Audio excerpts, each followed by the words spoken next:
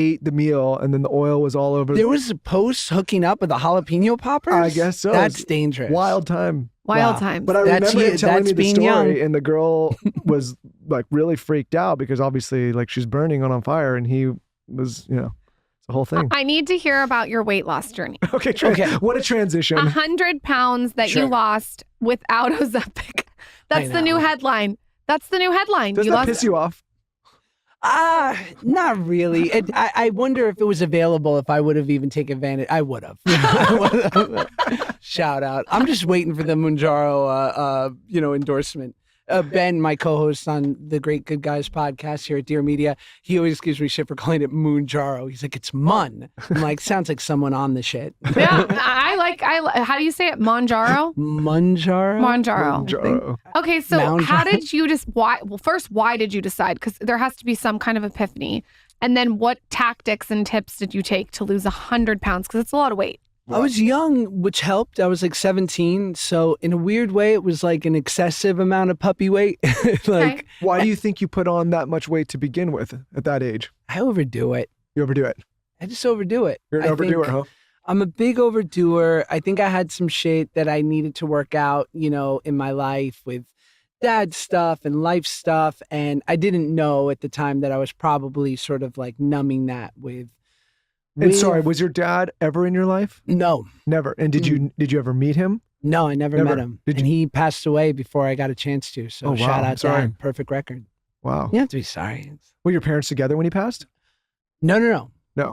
Okay. So just... Can you imagine if my parents were together, but I'd never met him? Well, I didn't know. Does that make any sense? No. Okay. It would be, listen, I was saying like, where's your mom pregnant? And then he passed while she was pregnant. Where's dad? He's downstairs. Leave him alone. Like my thought was like they were together. She was pregnant. He passed before you were born. Oh, sure. No. They kind of had a sort of rendezvous. She was one of his concubines, and okay. It was a random night in New York, and they did, and she became pregnant at 43. And wow. Yeah, it doesn't make sense. Well, it does make sense because you're here and you're thriving. Here. I'm thriving. I'm very lucky. It all makes sense. Everything's happening for you. That's what I say to myself every morning when I wake up. What other affirmations do you have? That's my main one. Everything's happening for you. I believe that. So if I miss my plane, everything's happening for me. Love that. It works. It works great. You should try it. It's so fucking frustrating. It's so good. She'll be like, it'd just be like 4:30 in the morning. Like, you have to be at the airport in 30 minutes. She's like, nah, I think I'm good. And I'm like, no. And then she misses. I'm like, she's like, everything's happening for me. I'm like, no, you.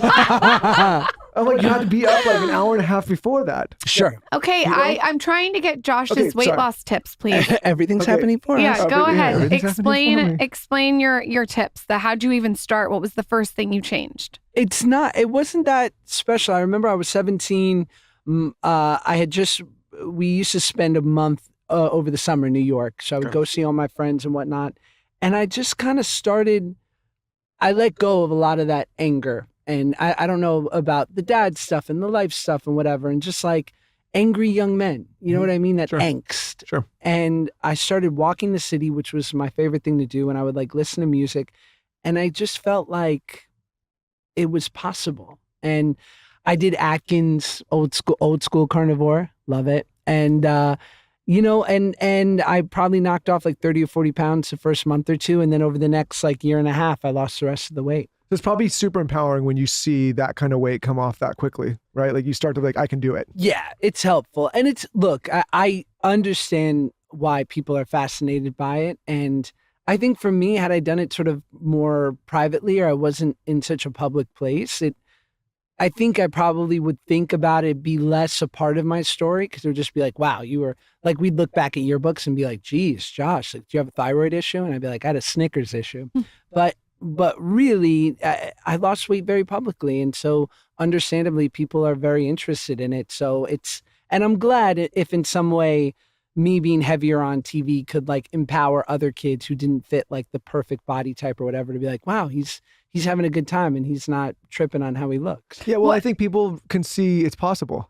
Yeah. Right? And they don't feel like it's like a lot of people anything, right? They just feel like that's for other people, not for me type thing, right? And they see like, somebody... Or I couldn't do that. Yeah, or like, but they see someone who maybe they see themselves in, or that they're relatable, or that's relatable to them, and they're like, oh, if he or she can do it, then I can too, type thing. Totally. And, the beautiful thing that has come out of sort of like the last 10 years of really this body positivity 180 is that there are all these beautiful body types and looks that are embraced and sort of, they're just very well, people are getting roles now in ways that didn't happen when I was sort of on TV Sure. in that way. So I think that's great.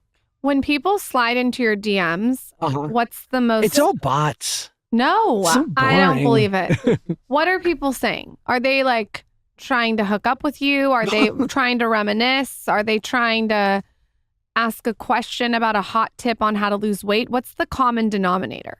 I don't know. It's unhinged. I know, that's why I can't wait. Why is it unhinged? I'm very publicly married and happy, like married guy. So I think people are pretty respectful of that. And then it's a lot of bots. There's like, no butthole.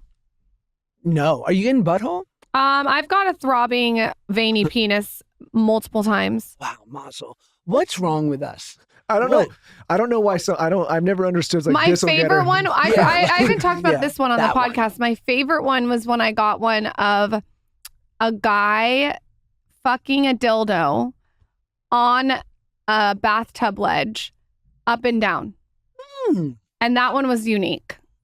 You don't That get is it. unique. But Yeah, it got your attention, and you're talking about it on it the podcast. was years ago. What, and was it just the video or was there a caption? There was no caption. It was just the guy fucking the dildo off the bathtub.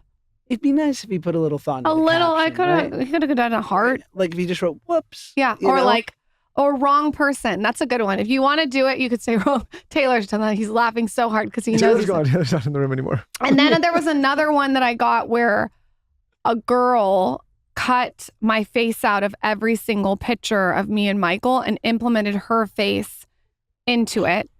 And then I had someone send me all these pictures that were of me, but with my face cut out with her face, saying that Michael was cheating on me. That was you. I mean, She there's got. I catfished us. feel like you got to get like an interesting. There's got to be a couple DMs that you're just like, Shout out. like crazy. No, it's random. Mostly it's people asking me to be on their podcasts. Oh. It's a lot of podcast requests. The one guy hits me up to be he's like, you seem to need a jeweler. I'm like, baby, I got 2 kids and a wife. The last thing I need is a high-end jeweler in Miami, dog.